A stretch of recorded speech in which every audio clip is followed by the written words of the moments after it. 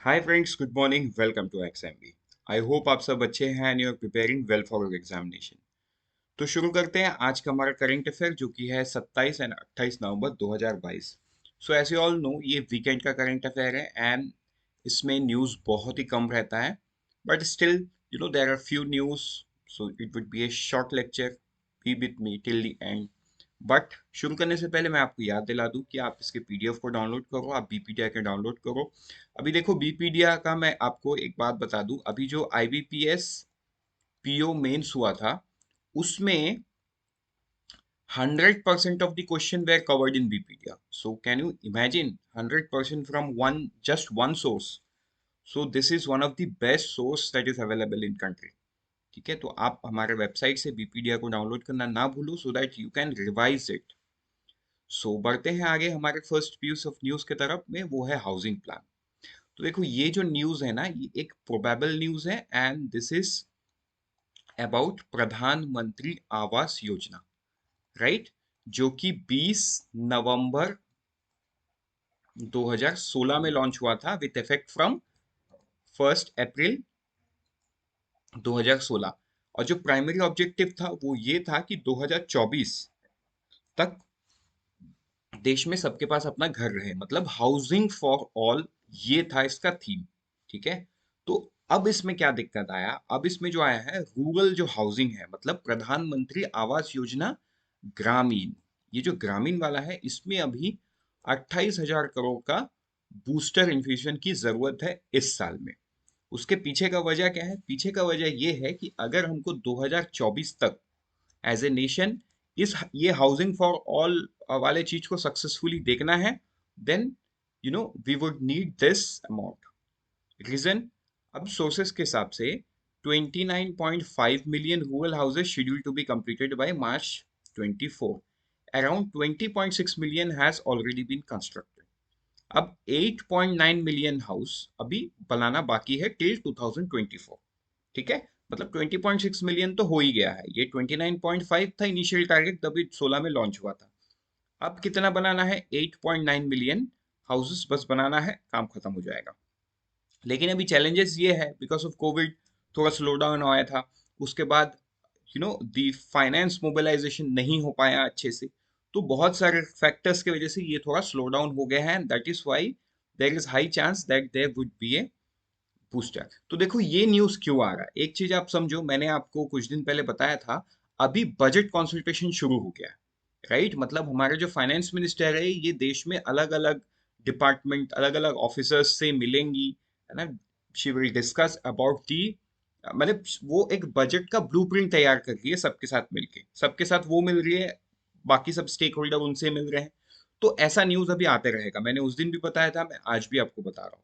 But ये final amount क्या होगा, ये तो हमको बजट में पता चलेगा। लेकिन इस बीच जो एग्जाम है, अगर आपको लिखना पड़े, है ना, तो ये लिखने के लिए सबसे बेटर कंटेंट है। मतलब if you have to write descriptive, तो इससे बेटर कंटेंट आपको मिल नहीं सकता। मतलब ये बहुत ही सही कंटेंट है कि हमारा टारगेट अप्रोक्सीमेट कितना था, कितना कंप्लीट हुआ अभी तक, कितना बचा हुआ है, राइट? कितने पैसों की जरूरत है, कैसे। जैसे आपको याद होगा, मनरेगा के लिए मिनिस्ट्री ऑफ रूरल डेवलपमेंट ने डिपार्टमेंट ऑफ एक्सपेंडिचर से कितना रुपए मांगा है? 25,000 crore, right? I hope you remember that news. वो भी कुछ एक महीने के अंदर में ही न्यूज आया था। तो ऐसे गवर्नमेंट स्कीम्स को लेके कुछ ना कुछ न्यूज आपके लिए आते रहेंगे। तो अगर हम FY23 की बात करें, the government has target to complete the 5.3 million houses. मतलब सेकेंड लास्ट साल में गवर्नमेंट 8.9 मिलियन से 5.3 मिलियन हाउसेस को कंप्लीट करना चाहती है इन FY22, मतलब जो चल रहा है अभी। The official data shows that the center targeted to build around 6.51 million houses, rural houses, of which 4.3 million got completed within that financial year. 4.3 million। अच्छा, आई एम वेरी सॉरी, मैंने इसको करंट ईयर बताया, नहीं, ये है पिछला वाला financial year, जो कि 31 मार्च 2022 को खत्म हो गया। टारगेट था 6.1 मिलियन का, लेकिन अचीव ओनली 4.3 मिलियन। तो यहाँ वाला जो लैग है, वो लैग भी इसी साल पूरा कर लेना है, क्योंकि अभी टाइम नहीं बचा हुआ है, राइट? तो बढ़ते हैं आगे हमारे नेक्स्ट न्यूज पे, वो है NARCL ट्रांसफर केस। तो देखो, जैसे NARCL आपको पता होगा, इसका और एक नाम है बैड बैंक। तो ये बेसिकली है क्या, ये एनपीए को टेक ओवर कर लेती है ना। बैंक के पास जो एनपीए होता है वो एनपीए को टेक ओवर कर लेती है। तो एक सच ऐसा देश में हुआ है। बट अभी क्या है, lender awaits government guarantee for security receipt. तो आपको याद होगा एनएआरसीएल जो भी एसेट्स को टेक ओवर कर लेगी उसके अगेंस्ट में government of India security receipt issue करेगा। राइट, मतलब गवर्नमेंट गारंटीड है ये। सो न्यूज़ है, while NARCL is working on about a dozen cases, lenders are looking to the government to provide guarantee for security receipt for the first straight asset। कौन है? JP Infratech. ये तो हम पहले भी देख चुके हैं कि जेपी इंफ्राटेक का पहला आया था। राइट, एनआरसीएल ने अब तक प्रोबेबली 15 ऐसे बड़े जो एनपीए हैं वो उन्होंने टेक ओवर कर लिया है। एंड प्रोबेबली ये जेपी इंफ्राटेक का जो पहला है केस वो सॉल्व करने वाले हैं। The NARCL offered just more than 3,500 crore for debt over 9,200 crore। मतलब 9,200 करोड़ सब बैंकों में इनका बकाया है, वहां NARCL उनको 3,500 करोड़ का डेट ऑफर किया है। राइट, अब गवर्नमेंट क्यों है, अब ये चीज आपको पता होगा कि NARCL are backed by the government guarantee for SR issued by it, security receipt issued by it। This puts the ARC at an advantage over other bidders। तो NARCL क्योंकि और भी बिडर्स होंगे है ना, एसेट रिकंस्ट्रक्शन कंपनीज होंगे जो आके बिड करती हैं, बैंक के खुद के ARCs भी है। राइट, फॉर एग्जांपल एचडीएफसी का है, कोटक का है, तो बैंक के खुद के पास भी ARC है। तो यहाँ पे जो NARCL है ना, बाकी सब ARC से इसको एडवांटेज पोजीशन पे इसलिए रखता है because they offer bank guarantee. Any party interested in making a competitive offer has to pay in cash. तो आई होप ये समझ में आ गया, मतलब एनआरसीएल सीधा सीधा कैश पे नहीं करेगा। राइट, वो क्या करेगा, 3,500 करोड़ का सिक्योरिटी रिसिप्ट दे देगा। लेकिन जो दूसरे पार्टी है उनको ये पैसा जो है 3,500 करोड़ ये कैश के फॉर्म में ही देना पड़ेगा। ठीक है, तो ये डिफरेंस है। आई होप ये क्लियर। देखो, कैश के फॉर्म में देना पड़ेगा इसका मतलब ये नहीं कि ये सच में कैश देंगे, मतलब वो अमाउंट इमीडिएट ट्रांसफर होना चाहिए इन द फॉर्म ऑफ, वो तो डिजिटल ट्रांसफर ही होगा ना, 3,500 करोड़ कोई तो बैग में भर के लेके जाएगा नहीं। सो कैश का मतलब वो है। लेकिन एआरसी यहाँ पे कोई ट्रांसफर नहीं करेगा, एआरसी सीधा सीधा एक छोटा सा पेज जिसको सिक्योरिटी रिसिप्ट बोलते हैं 3,500 करोड़ का, वो दे देगा। ये जो सिक्योरिटी रिसिप्ट है ये एनआईआरसीएल नहीं, ये गवर्नमेंट ऑफ इंडिया इशू करेगा। ठीक है, तो मतलब दिस इज सोवरिन बैक्ड। तो ये है डिफरेंस एक नॉर्मल एआरसी में एंड एनएआरसीएल में। आई होप ये आपको क्लियर हो गया है। बढ़ते हैं आगे नेक्स्ट न्यूज पे। जो 26 जनवरी 2023 को रिपब्लिक डे परेड होगा उसमें इजिप्ट के प्रेसिडेंट अल सीसी इनको इनवाइट किया गया है। ठीक है, अब्देल फतेह अल सीसी, ये नाम आपको याद रखना है।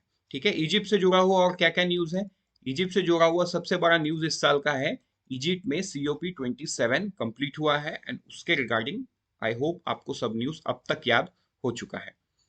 बढ़ते हैं आगे, अब कुछ वन लाइनर पे, वो है ऑस्ट्राहिन।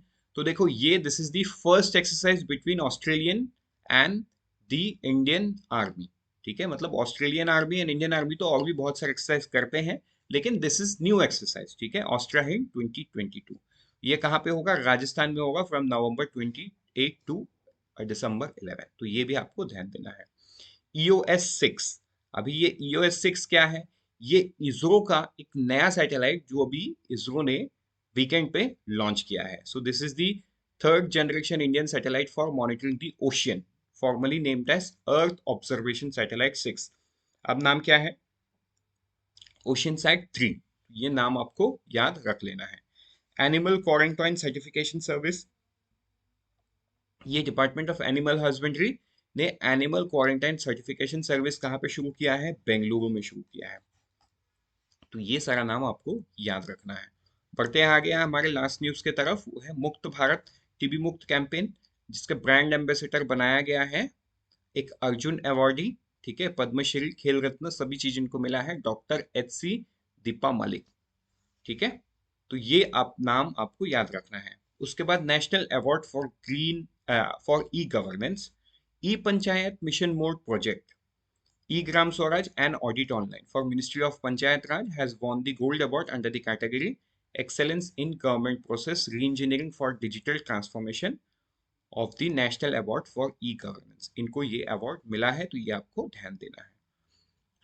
With this, we are done for the day. Let's meet tomorrow morning once again. Till then, unfold your potential and all the best for all the exam that you are preparing. So prepare 50% faster with IXM.